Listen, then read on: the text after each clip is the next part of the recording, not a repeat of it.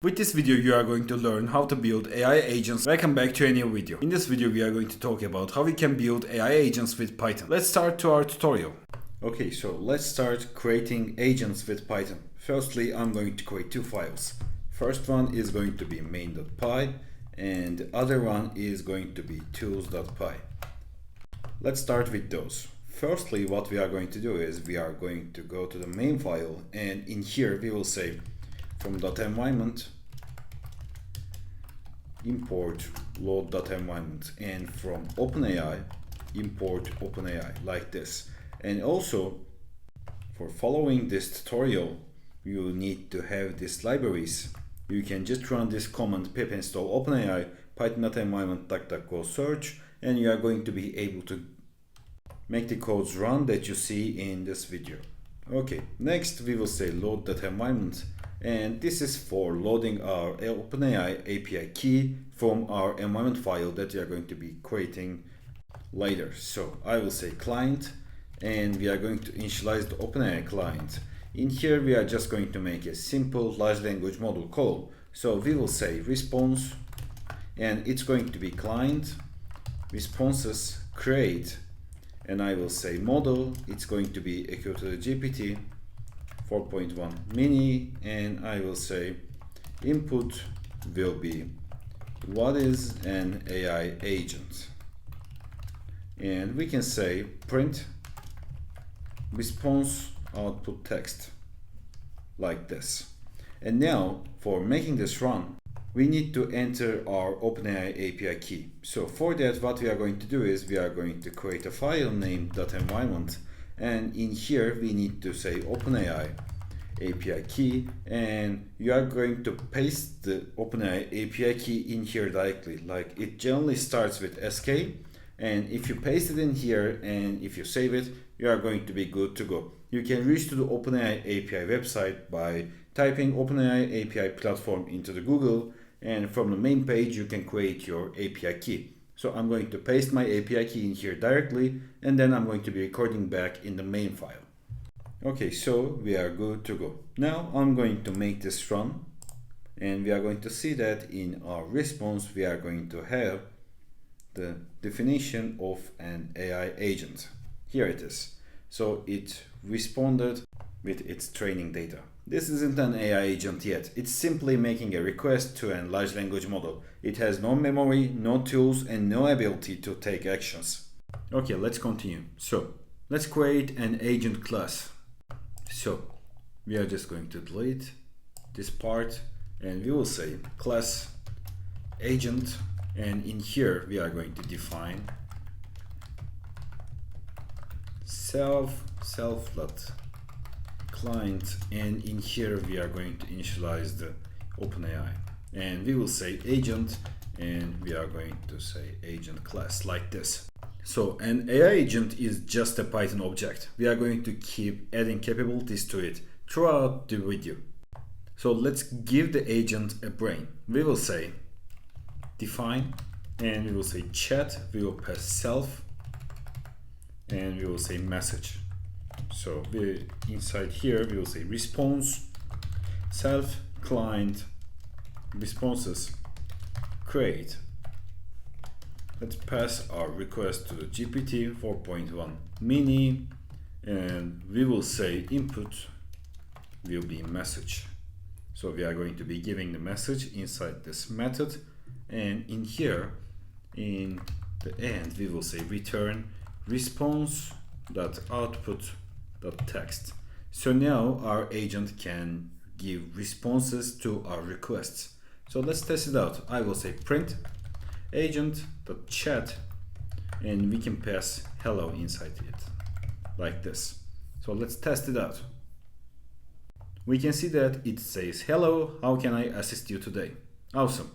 Now our agent can communicate with the language model.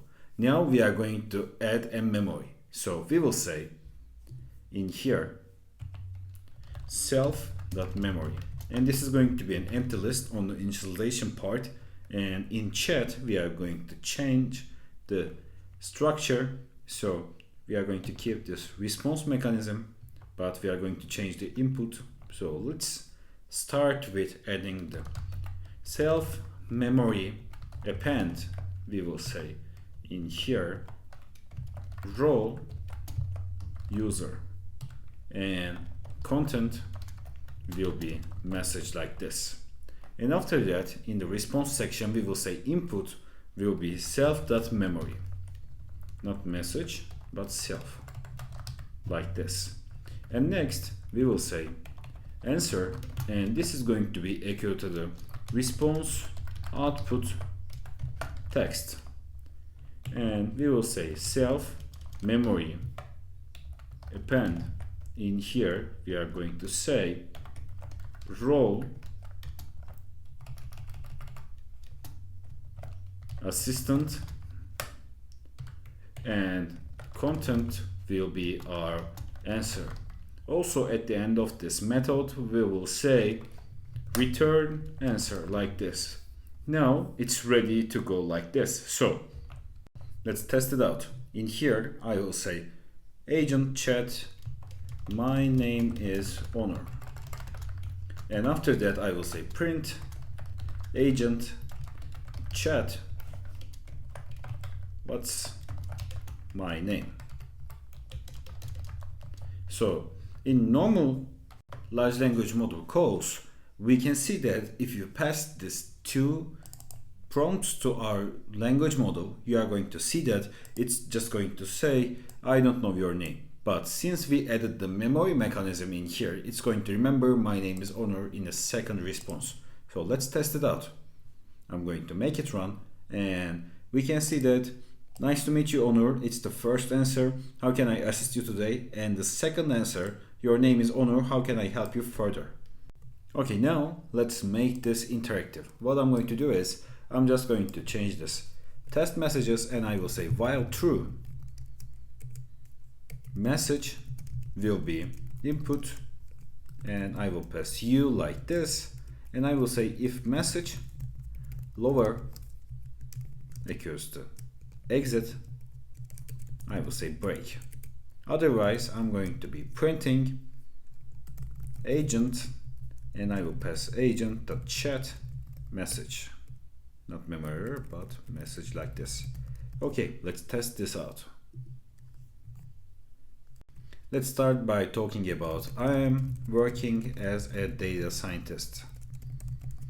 What should I know generally to be a good data scientist? And let's get our response, then we can ask for what's my job or something like that. Okay, here is our response. We can see that in here, to be a good data scientist, it starts like this. Awesome. So again, I will say, what's my job? And let's see if it's going to remember it or not. So our response will be in here. Yes.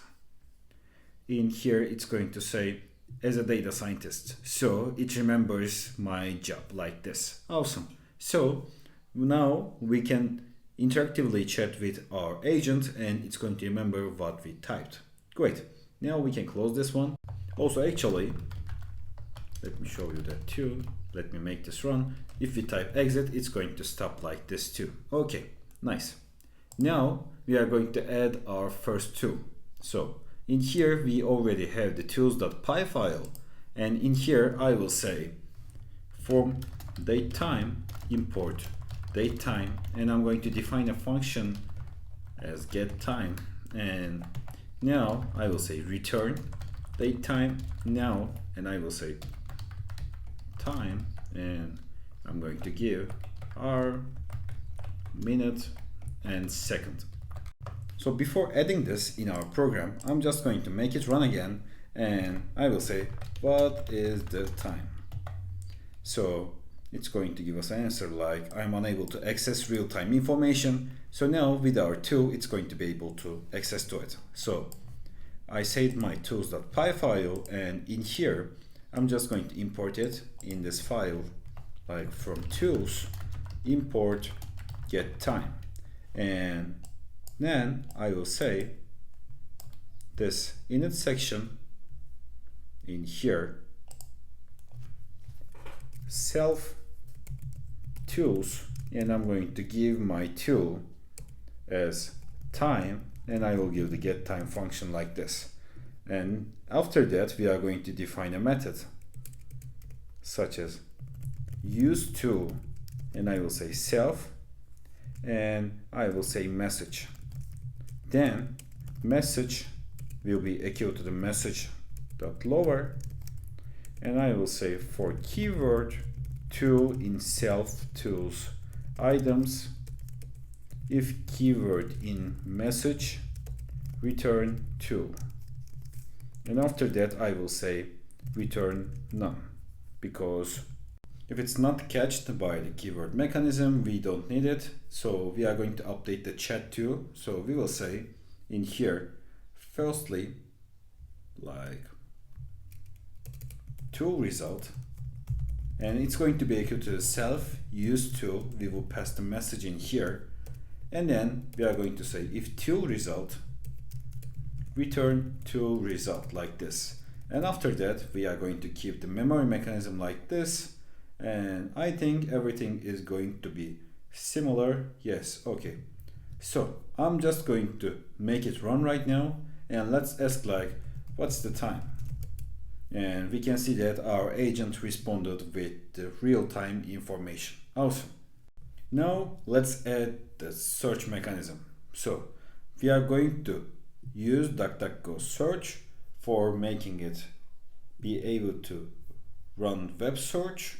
So inside tools.py, we will say from DuckDuckGo search, import DuckDuckGo search, and then we are going to define a function like search web query, and results will be DuckDuckGo search text query, and let's get maximum results amount of 5, and then output will be empty string. For now, we are going to add this later on in this function.